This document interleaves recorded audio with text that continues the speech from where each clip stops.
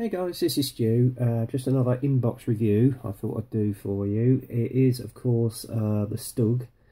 This particular variant was the Ausf, which is an upgraded version from the earlier variants, which were used around about 1940 for basically artillery ground support.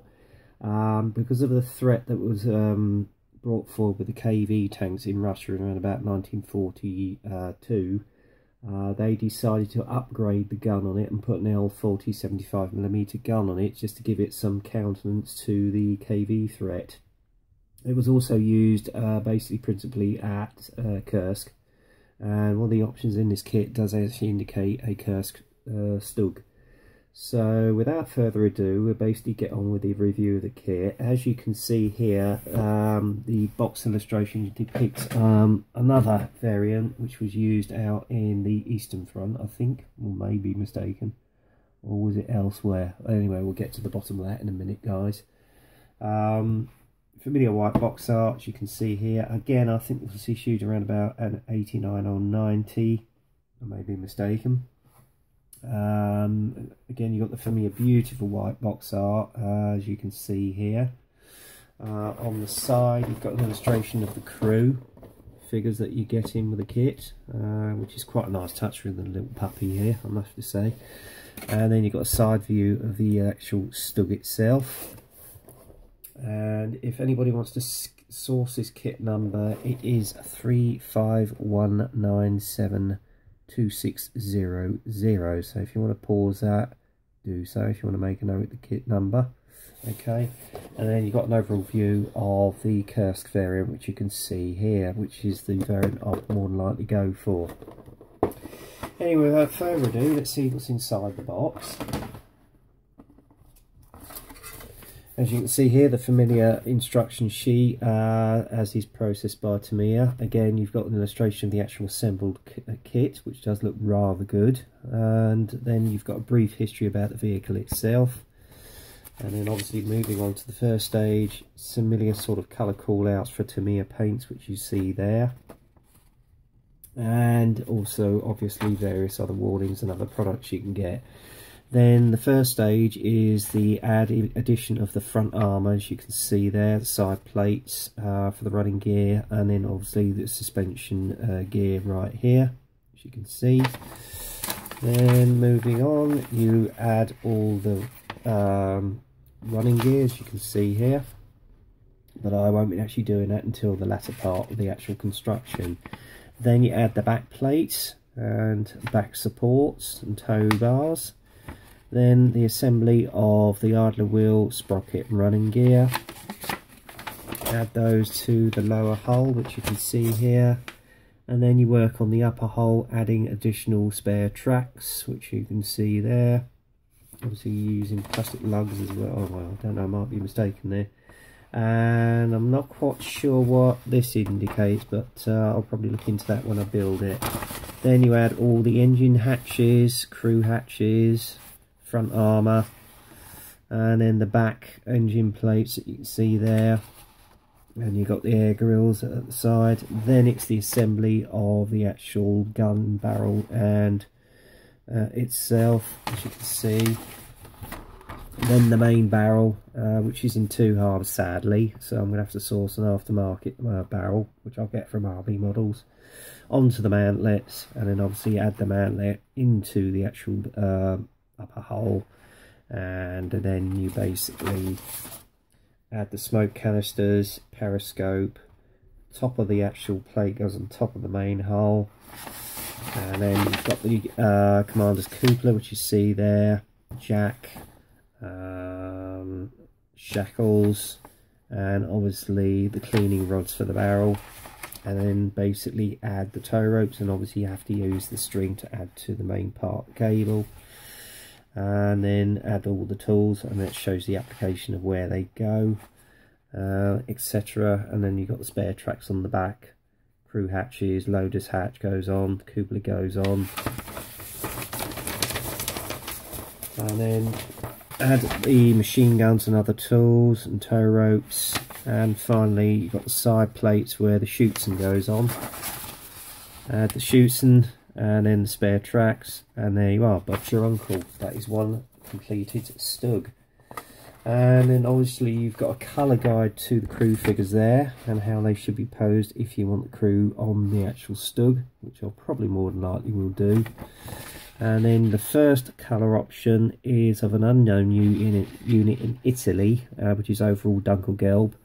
And then on the back you've got another unit, again overall Dunkelgelb, I think, which was based in Norway in 43. And the variant I'll probably more than likely will go for is this one with the camo, which looks very interesting, based in Russia in 43. More likely around about the Kursk period. Right, first and foremost, we'll have a look and see what we got on the sprues. Running gears, you can see here, beautifully, crisply, clearly moulded. There's the main drive for the actual sprocket. And I love the root detail they've got on there, really superbly done. Then I think these are the exhaust stacks on the back, which you can see right in front of you there. Then you've got the suspension arms for the actual running gear, which you can see there, tail end of the tow ropes. And then you've got the main sprocket and idler wheels there, which are beautifully cast, as well as the actual main running gear. Again, beautifully crisply cast, and there's your spare tracks. Okay, so again you get the same on the second sprue, running gear again, and then we got the main hull. And I have to say the detail on this is beautifully caught, and even with the escape hatches, so that will come up very nicely with a wash. Absolutely beautiful. And so it looks like you got the added option of putting in suspension arms, but yeah, well, never mind. Moving on, we come on to the Schutzen, which you see here, beautifully moulded. And again, I love the detail on it, very crisply done. And then obviously you've got the bars for the Schutzen to go on to. And then you've got the two halves, if I can get them into shot, of the barrel, the 75mm gun. But again, I won't be using these, I'll be getting a metal barrel from RB Models. Then you got the armour for the machine gun right here. Lovely, beautifully caught, I have to say. And then you've got the machine gun, which I shall get into shot here, if you can see, guys. Oh, there you are. Look at that, isn't that beautifully caught? Lovely MG there. Right, and then the fourth sprue, you've got some of the sub-assemblies for the barrel and the actual mantlet, as you can see here. Awesome, awesome detail. And again, you've got another example of the barrel there and the tools. Then you're coming on to the crew figure, or one of them. I love the way they've caught those creases in his tunic and his trousers. Very nicely done. I have to say, even the moulding of the head, if I can get it into shot, is beautifully caught. I have to say, this is one of Tamiya's better models by the looks of it. And you've even got the little dog there, look. If I can get it into shot. Hang on, where is he? There's the main torso of the little doggy. And his head. Isn't that lovely? And then obviously coming on to the last sprue is the main components of the main hull. And then you've got the upper part of the hull, which you see here. Again, beautifully caught. Crisply detailed. Not an ounce of flash at all. This really looks as though it's going to build up into a beautiful little kit. And there you go. Okay, even got the side plates for the armour there. And the hatches. There's your jack, which you can see there. Okay, guys. You've even got your ammunition pack here as well. And again, you got the upper part of the hull. And they've caught the detail on that beautifully again. Even the grills on the side plates here, beautifully, absolutely beautifully weathered. They'll come up really well with a good bit of chipping and weathering on that. Very nicely done, guys, as I have to say. up to Tamiya's usual standard. And obviously with the engine hatches open, if you want to get, I suppose you could get an aftermarket Linden engine detail set, you could detail that as well. So there you go. And then you've got the crew hatches up here, if I can find them.